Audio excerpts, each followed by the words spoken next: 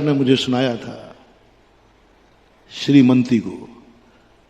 श्रीमंती घर में नहीं जाना चाहती थी, गृहस्थी में नहीं फंसना चाहती थी, लेकिन इनके पिता का दबदबा बहुत था। श्रीमंती बहुत सीधी महिला थी, बच्ची थी, पिताजी का रौब बहुत था, तो उनके सामने नहीं कह सकी कि मुझे शादी नहीं करना है, मुझे संयम लेना है। नहीं बोल पाई डर के कारण। शादी हो गई, शादी हो गई, हथकड़ी डल गई, बन गई। अब क्या करें? इधर पिता के डर के कारण नहीं, इधर मल्ली सागर बहुत तेज तर्राट थे। मल्ली सागर बहुत तेज, इनके सामने नहीं बोल पाई कि मैं संयम धारण करना चाहती हूं, मैं संयम से रहना चाहती हूं, मैं विजय विजया जैसी जिंदगी व्यतीत करना चाहती हूं, मुझे इस संसार से रुचि नहीं है। लेकिन मैं क्या करूं? पिताजी के सामने बोलने की हिम्मत नहीं हुई मेरी। लेकिन पति भी बहुत तेज मिले। इनका क्रोध, इनका रौब, इनके शौक, इनके मौज के सामने यहां भी कुछ नहीं बोल पाए, कुछ नहीं बोल पाए। और जो कुछ होता है सब करना पड़ा। मंदिर में पश्चाताप करती है कि नहीं भगवान, गलती तो हुई मेरे से, अपराध तो हुआ है, मुझे बोल देना चाहिए था, लेकिन मैं अभी तक नहीं बोल पा रही, बोल भी नहीं पाऊंगी। लेकिन मैं भी नियम करती हूं।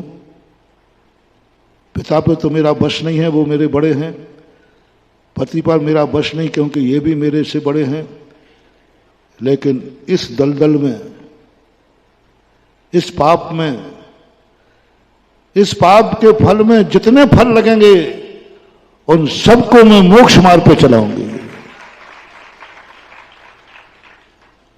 जो भी इस पाप के फल में लगेंगे, जो भी इस गृहस्थी का फल मिलेगा, फल को कड़वा नहीं होने दूंगी,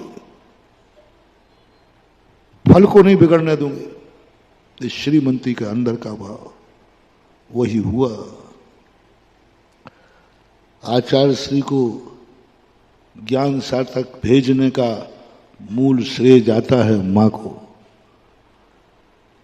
इन दोनों बालकों को, शांति समय सागर जी, योग सागर, इन दोनों को, छोटे छोटे बालक थे, इन दोनों बालकों को ब्रह्मचर्य व्रत दिलाने का भाव मां का था। अजमेर के अंदर जब दर्शन करने आए आचार्य श्री के, तो अब मल्ली सागर के सामने तो वो क्या बात करे। तो मल्ली सागर महाराज मल्लप्पा थे, उनसे कहा तुम जाओ भोजन कराओ। बोले तुम साथ नहीं चलोगे? नहीं नहीं, मेरा आज व्रत है, मेरा आज व्रत है। तो मल्ली सागर करती रहती, कर रही व्रत, चलेगा। व्रत में तो कुछ नहीं था। जैसे ही वो आज भोजन करने गए, इधर आचार्य श्री आहार को आए और अकेली पहुंच गई। बोले आप निकले हो तो निकले हो, अब इन दोनों बालकों को भी आपको निकालना है। उस समय ब्रह्मचर्य व्रत दिलाया जिस समय शांतिनाथ और अनंतनाथ एक दूसरे को चुकोटिया लेते थे। वो व्रत दिला रही है, ये दोनों एक दूसरे को चुकोटिया ले। इतनी छोटी उम्र थी। दोनों बच्चियों को निकाल दिया, स्वयं निकल गई। लेकिन धर्मात्मा व्यक्ति कहता है जब मुझे अधर्म करना ही पड़ा तो मैं इस अधर्म पर धर्म के फल लगाऊंगा और एक दिन इस अधर्मी को भी धर्मी बनाऊंगा। महारानी चेलना थी श्रीमंती जी। महारानी चेलना चाहती, जब मालूम चल गया था कि मेरा पति शिकारी है, मेरा पति मिथ्या दृष्टि है, मेरा पति जिन धर्म द्रोही है, सब कुछ पता चल गया था। चाहती तो भाग सकती थी, चाहती तो सुसाइड कर सकती थी, मर सकती थी। ऐसे पापी मिथ्या दृष्टि के साथ रह के क्या करेंगे? जो मुनिराजों का दुश्मन है, जो मुनिराज के गले में सांप डाल रहा है, वो मेरा पति है।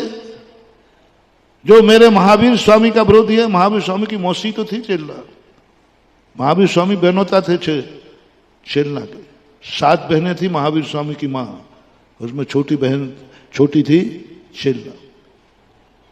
मेरे महावीर स्वामी के प्रति ऐसा भाव, मेरे धर्म के प्रति, क्या ऐसे पति के साथ रहना, मर जाना ठीक है।